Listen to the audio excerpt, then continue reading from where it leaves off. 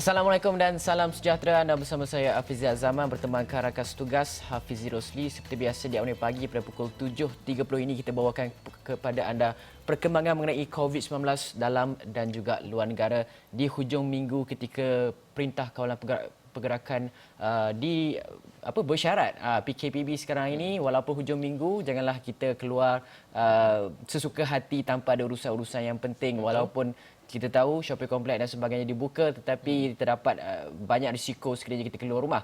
Tapi dalam masa yang sama juga, ini adalah berita yang perlu anda tahu, iaitu berkaitan dengan statistik angka korban COVID-19 di seluruh dunia sekarang ini terus meningkat dengan pertambahan lebih 5,000 kes dalam tempoh 24 jam.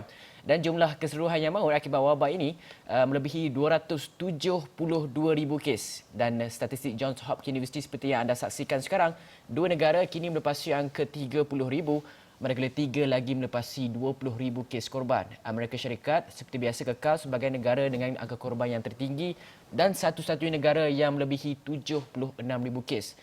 UK dan Itali melepasi angka 30,000 korban dengan keseluruhannya masing-masing 31 dan 30,000 kes. Negara di kedudukan keempat dan juga kelima adalah Sepanyol dan juga Perancis dengan masing-masing 26 dan juga 25,000 kes maut. Negara lain masih mempunyai angka kematian di bawah 10,000 kes.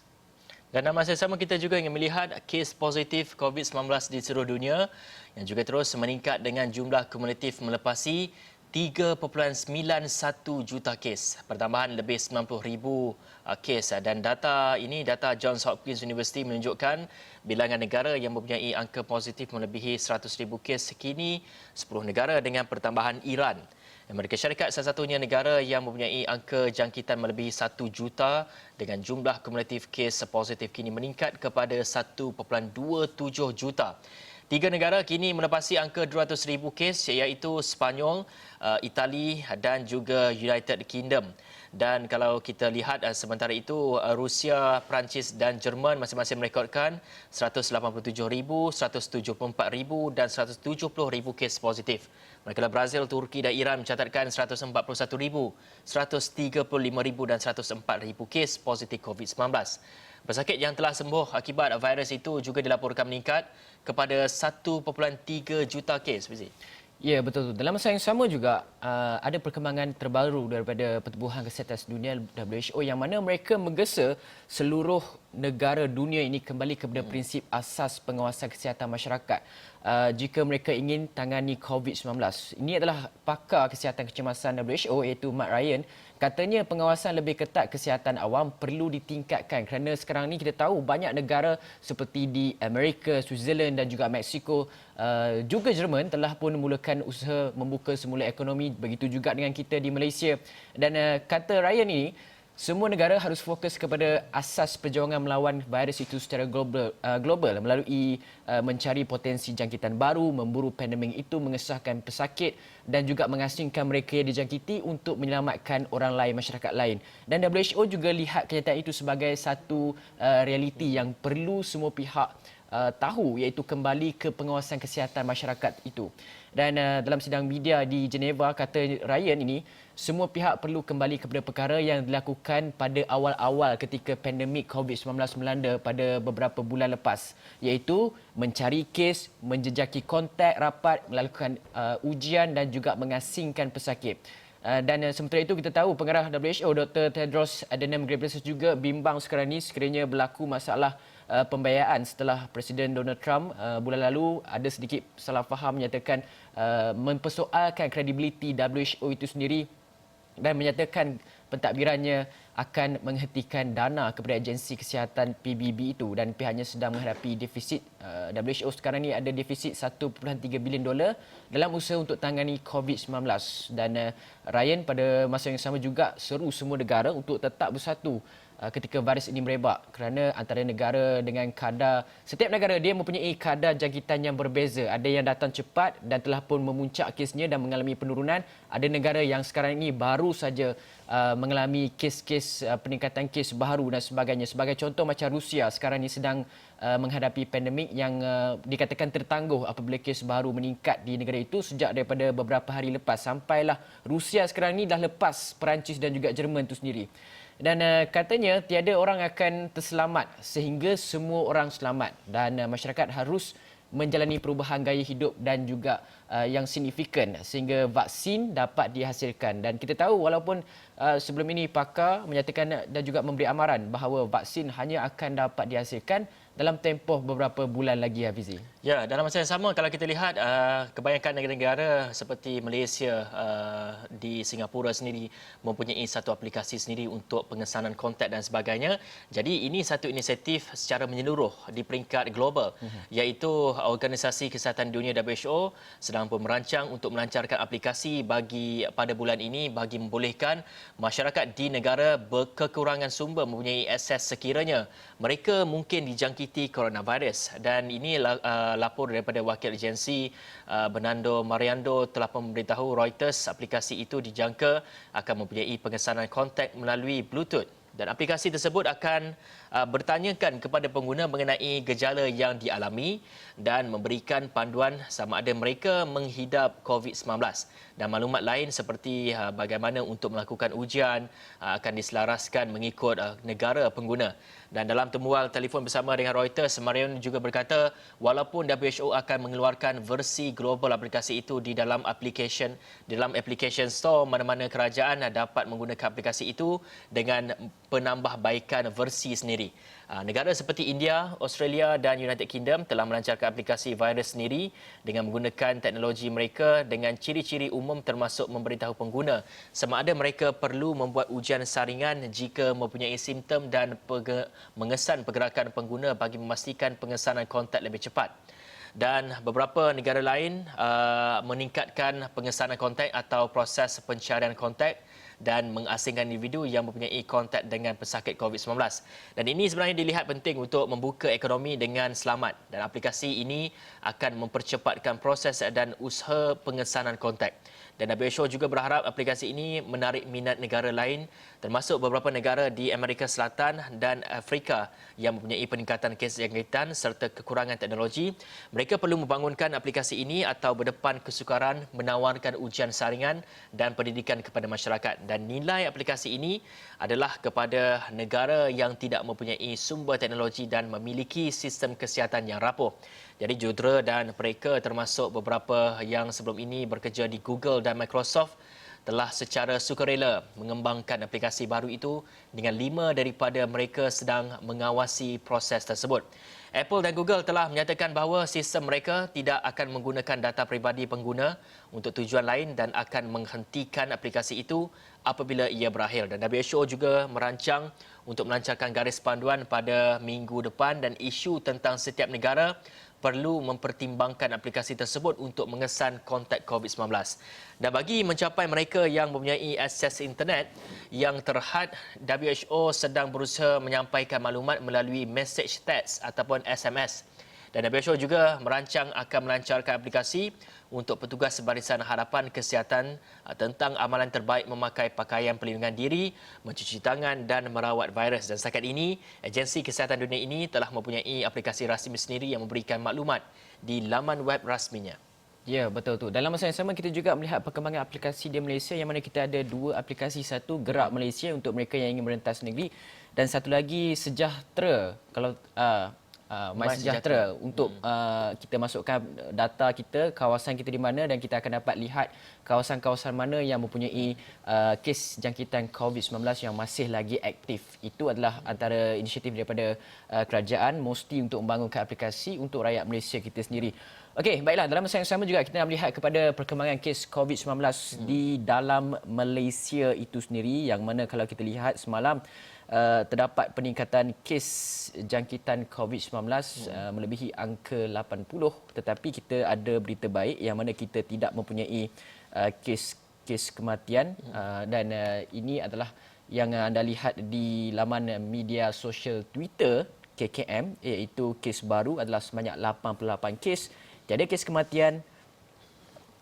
Kes sembuh baru, maafkan saya. Kes sembuh baru adalah 88 kes. Kes kematian adalah 10 dan juga kes baru pula 68 sahaja dan kebanyakan kes yang masih aktif adalah sebanyak 1564 dan kes mereka yang telah pun sembuh mencapai 4866 64 dan jumlah kematian kekal sebanyak 107. Dah 2 hari kita tiada angka kematian dan kita mencapai secara keseluruhannya, bukanlah mencapai tapi merekodkan 6,535 kes keseluruhan, yang mana kalau kita lihat mengikut unjuran Morgan pada beberapa bulan lepas, mereka menunjukkan sepatutnya kita telah mencapai 6,000 lebih ni pada ketika bulan April, tapi sekarang baru kita nak capai. Ia mungkin satu petanda yang agak baik. Justru itu kita nak dengarkan apa kata Datuk Dr. Nur Hisham apabila kita mencapai angka kematian, tidak mempunyai angka kematian untuk 2 hari yang berturut-turut ini. Pada maklumat terkini yang dilaporkan ke CPRC Kebangsaan, dimaklumkan bahawa tiada kes kematian dilaporkan setakat ini. Justru jumlah kumulatif kes kematian COVID-19 di Malaysia kekal sebanyak 107 kes, iaitu bersamaan dengan 1.64% daripada jumlah keseluruhan kes. Baik, dalam masa yang sama, KKM terus giat menjalankan kajian dan juga giat menjalankan dari segi untuk mencari mungkin ada kluster-kluster yang baru, dan ini satu lagi kluster yang berjaya dikesan oleh KKM sendiri, di mana sebanyak 60 kes positif COVID-19 dikesan melalui satu kluster yang membabitkan warga pekerja di sebuah kilang di Pedas Negeri Sembilan yang dilaporkan sebelum ini. Dan ini kata Ketua Pengarah Kesihatan, Datuk Dr. Nur Hisham Abdullah, kluster itu mula dikesan apabila seorang kaki tangan kilang berkenaan didapati tidak sihat dan mula mengalami gejala demam, batuk selesema, sesak nafas dan sakit kepala pada 5 April lalu. Kita dengarkan ini. Pada 12 April 2020, keputusan ujian pengesanan COVID-19 disahkan positif. Susulan itu, siasatan dan saringan bagi kontak rapat kaki tangan tersebut telah dijalankan. Okey, mengenai kluster baru yang melibatkan warga pekerja sebuah kilang di Mukim Negeri Sembilan ini adalah ini yang membimbangkan kita kerana sekarang ini majoriti faktor ekonomi telah pun dibuka semula, dan kita harapkan supaya satunya tanggungjawab perlu digalas oleh orang ramai masyarakat yang mula pergi kerja dan sebagainya, itu mematuhi penjarakan sosial, mengamalkan kebersihan diri yang baik, dan yang keduanya adalah SOP kepada peniaga majikan-majikan, dan inilah satu perkara yang perlu dititik beratkan untuk kita tidak mewujudkan lagi kluster-kluster baru. Okey, dalam masa yang sama juga kita tahu, contohnya macam di Amerika Syarikat sekarang ni kadar penganggurannya sangat tinggi, mencecah lebih daripada 20 juta. Dan semalam di Malaysia kita ada satu berita iaitu jumlah pengangguran juga di Malaysia terus meningkat dengan 17.1% kepada 610,500 dan 610,500, yang mana dengan kadar pengangguran 3.9% pada bulan Mac. Dan Ketua Perangkat Malaysia, Datuk Seri Dr. Muhammad Uzair Mahidin kata angka itu lebih tinggi berbanding 521,000 untuk orang-orang yang pada bulan yang sama pada April tahun lepas, iaitu pada suku pertama tahun ini lain dengan suku pertama pada tahun yang lepas, iaitu peningkatan lebih kurang dalam seperti yang angka saya katakan tadi. Kita dengarkan apa kata beliau. Dan kita dapati juga sebanyak 42.5% syarikat ataupun prima perniagaan menyatakan mereka memerlukan lebih daripada 6 bulan untuk kembali pulih seperti biasa. Manakala sebanyak 28.7% menganggarkan mereka memerlukan tempoh antara 4 hingga 6 bulan untuk mereka pulih seperti biasa, manakala sebaliknya 1.9% syarikat perniagaan menyatakan perniagaan mereka tidak akan pulih dan dijangka tutup. Baik, sebelum kita berehat, ini satu lagi laporan yang kita nak bentangkan ataupun kita nak kongsikan kepada anda semua, iaitu sebahagian besar atau 66.7% daripada 4,094 syarikat dan firma perniagaan menghadapi isu dan cabaran dalam menjalankan perniagaan sepanjang tempoh Perintah Kawalan Pergerakan PKP ini. Dan Dr. Muhammad Uzair menjelaskan isu pembayaran gaji pekerja mendominasi 76.6% cabaran yang dihadapi, diikuti 65.5% kerana ketiadaan pelanggan. Kita dengarkan ini.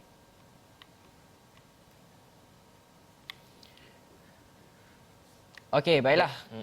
Tapi anda boleh tengok laporan di extraordinary.com. Kita mengalami masalah teknikal sikit. Okey, baiklah, kita nak rehat dulu seketika. Anda jangan ke mana-mana kerana kita banyak lagi nak bawakan kepada anda berita-berita yang perlu anda tahu ketika Perintah Kawalan Pergerakan Bersyarat ini untuk kita sama-sama tempuhi perjalanan menghadapi COVID-19 ini. Kita rehat.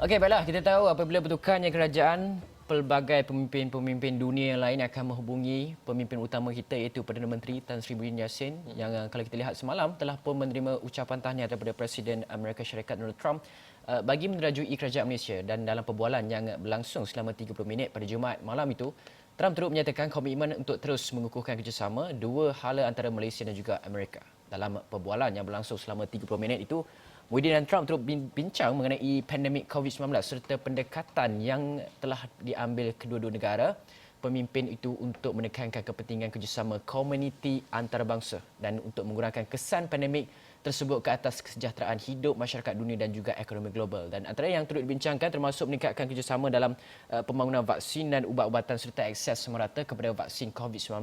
Dan kedua negara juga zahirkan kesepakatan bagi membincangkan dan memastikan kelancaran rantaian bekalan peralatan kritikal dan juga bekalan lain terutamanya semasa krisis kesihatan global ini. Dan kita tahu kerjasama antara pelbagai negara ini adalah sangat penting terutama mereka yang memegang kuasa ekonomi dunia. Tapi dalam masa yang sama juga Amerika Syarikat ni mempunyai satu lagi sisi yang mana selama ni kalau kita lihat Amerika sentiasa menjadi rujukan untuk pelbagai bidang ketika krisis COVID-19 ini, ia menampakkan sebaliknya. Kerana apa? Kerana contohnya Amerika berteori tentang healthcare management tapi masa krisis ni mereka kekurangan PPE iaitu peralatan perlindungan diri dan sebagainya. Sampaikan Maryland terpaksa import kit hujan daripada Korea Selatan yang tidak dibantu oleh kerajaan persekutuan.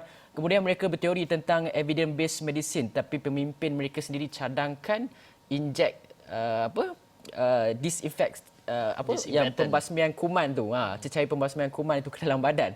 Jadi banyak perkara yang Amerika sebenarnya tak menggambarkan yang mereka ini merupakan antara negara maju dunia kerana krisis COVID-19 ini dilihat seperti ada yang memandang enteng sampai ada yang protes nak buka semula ekonomi, menyatakan kebebasan kemanusiaan itu lebih penting daripada krisis kesihatan global yang sedang kita hadapi ini. Jadi banyak perkara yang kita perlu lihat semula. Yes, kerjasama itu perlu tetapi dalam usaha kita membawa vaksin saja mungkin saya rasa perkara-perkara lain mungkin kita perlu pertimbangkan semula, Fizi. Dan mungkin perkara-perkara lain kita ada beberapa perkara kita lebih maju daripada mereka kalau kita lihat daripada segi persepsi dan sebagainya. Dan kita juga ingin melihat dari segi di dalam negara kita dan di mana sejak pelaksanaan PKP banyak negeri-negeri juga tidak ataupun menghalang jemaah-jemaah ataupun orang ramai untuk menghadiri ke masjid untuk melakukan solat Jumaat dan sebagainya.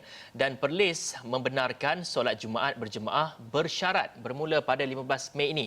Jadi kalau tak nak confuse, ini syarat-syarat yang ditetapkan iaitu peraturan yang ditetapkan adalah jumlah jemaah termasuk imam, khatib tidak melebihi 12 orang dan tidak kurang dari 3 orang dengan hanya pegawai masjid dan ahli jawatankuasa masjid yang dibenarkan. Ini bermakna orang ramai masih lagi belum dibenarkan. Dan Majlis Agama Islam dan Adat Istiadat Melayu Perlis, MAIPS, ketika mengumumkan perkara itu dalam kenyataan pada Jumaat menjelaskan keputusan itu dibuat selepas mendapat perkenan Raja Perlis Tuanku Said Sirajuddin Said Putra Jamalulail dan Raja Muda Perlis Tuanku Said Faizuddin Putra Jamalulail yang juga merangkap di Pertua MAIPS bertitah kebenaran itu tidak dapat diizinkan kepada masyarakat awam disebabkan ancaman penularan wabak COVID-19 yang belum pulih sepenuhnya.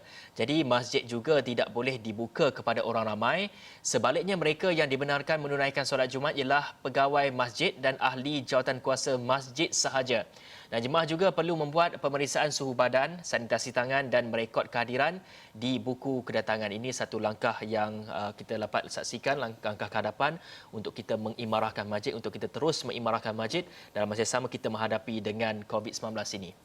Ya, betul tu. Dalam masa yang sama juga semalam ada satu mesyuarat muzakarah yang berlangsung di antara para mufti dan juga menteri di Jabatan Perdana Menteri Haiwan Agama Datuk Seri Dr. Zulkifli Muhammad Al-Bakri untuk meneliti garis panduan aktiviti keagamaan di masjid dan juga di surau.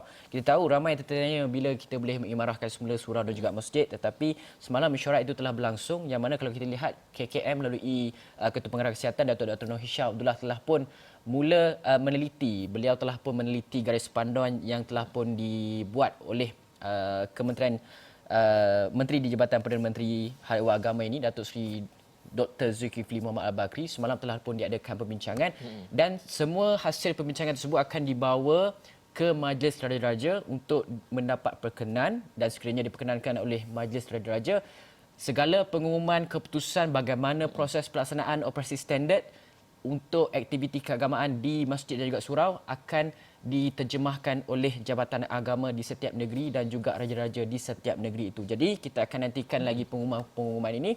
Kita tahu di bulan Ramadan ini banyak perkara-perkara aktiviti keagamaan di surau dan juga masjid dijalankan, tapi kita perlu bersabar dan menantikan pengumuman oleh pihak berkuasa. Okey, baiklah. Hafizi, kalau kita lihat kalau kebelakangan ini dan kita lihat banyak sekali laporan di media sosial dan sebagainya yang menyatakan bahawa ada daripada golongan masyarakat terhalang untuk memasuki pasar raya, kedai-kedai kerana tidak mempunyai topeng muka. Betul. Jadi Hafizi, ada laporannya? Dan kita nak bawakan laporan ini, iaitu pihak pasar raya ataupun kedai tidak boleh menghalang orang ramai yang tidak memakai topeng penutup hidung dan mulut daripada memasuki premis mereka. Dan ini kata Menteri Kanan Keselamatan Datuk Seri Ismail Sabri Yaakob, kerana pemakaian alat pelindungan diri PPE itu ataupun topeng muka bukan sesuatu yang diwajibkan oleh peraturan atau undang-undang yang ditetapkan kerajaan. Bagaimanapun, kerajaan amat menggalakkan agar semua pihak mengambil tanggungjawab untuk memakainya, terutama mereka yang bergejala seperti batuk dan juga selesema, Fizi. Ya, betul tu. Dan dalam masa yang sama juga, kerajaan semalam ada satu lagi pengumuman penting, iaitu mereka memutuskan agar semua pengawal keselamatan warga asing diwajibkan untuk membuat saringan ujian kesihatan jangkitan COVID-19. Dan Menteri Kanan Kluster Kesihatan telah menyatakan bahawa ini selepas Kementerian Kesihatan KKM mengesan satu kluster baru membabitkan kumpulan tersebut. Beliau berkata kerajaan juga telah mengarahkan agar Kementerian Dalam Negeri KDN untuk mengeluarkan perkara ataupun arahan surat rasmi berhubung perkara tersebut. Anda boleh saksikan laporannya di astroauni.com, Fizi. Dan sebelum kita berpisah, satu lagi laporan kita nak kongsikan kepada anda semua melihat kepada isu politik tanah air kita, iaitu kalau kita lihat kepada sesi persidangan parlimen, seperti sesi persidangan Dewan Rakyat yang dijadualkan sebelum ini pada Mac telah pun ditunda kepada bulan Mei. Dan ini satu berita yang kita perlu tahu, iaitu usul undi tidak percaya terhadap Perdana Menteri Tan Sri Muhyiddin Yassin diterima untuk dibawa ke Dewan Rakyat pada 18 Mei ini, iaitu usul ini dikemukakan sendiri oleh bekas Perdana Menteri yang juga Ahli Parlimen Langkawi Tun Dr. Mahathir Mohamad pada 4 Mei lalu. Dan Speaker Dewan Rakyat Tan Sri Muhammad Arif Muhammad Yusof menyatakan sedemikian dalam kenyataan yang disiarkan dalam Facebook Parlimen Malaysia. Nah, ia bagi membalas notis dahulu yang dikemukakan oleh Dr. Mahathir mengikut perkara 27 Peraturan Majlis Mesyuarat dan Dewan Rakyat. Dan beliau berkata usul di bawah peraturan mesyuarat itu diterima untuk dibawa ke mesyuarat Dewan Rakyat kelak. Katanya setiap usul yang dikemukakan perlu diteliti bagi memastikan ia mematuhi peraturan-peraturan majlis mesyuarat. Apapun kita lihat kepada persidangan Dewan Rakyat pada 18 Mei ini. Ya, betul tu. Ketika rakyat sedang bimbang akan krisis COVID-19 ini, lihat ada terdapat percaturan gerak CHES parti-parti politik untuk menggerakkan usul undi tidak percaya yang pada awalnya katanya nak membincangkan mengenai pakej rancangan ekonomi, tetapi nampaknya tumpuan telah pun beralih arah untuk membuat usul undi tidak percaya kepada Perdana Menteri. Apapun rakyat akan menilai, rakyat akan memerhatikan apa saja tindakan dan juga gerak-geri ahli-ahli politik sama ada untuk menyokong ataupun tidak mengenai perkara ini. Tapi apapun, kita akan menyerahkan segalanya kepada perundangan negara kita. Baiklah, sekian saja daripada kami. Anda boleh saksikan banyak di astroauni.com laporan-laporan berita-berita terkini yang akan dibawakan kepada anda. Sekian daripada saya, Hafizal Zaman. Dan saya Hafiz Rosli. Assalamualaikum warahmatullahi wabarakatuh.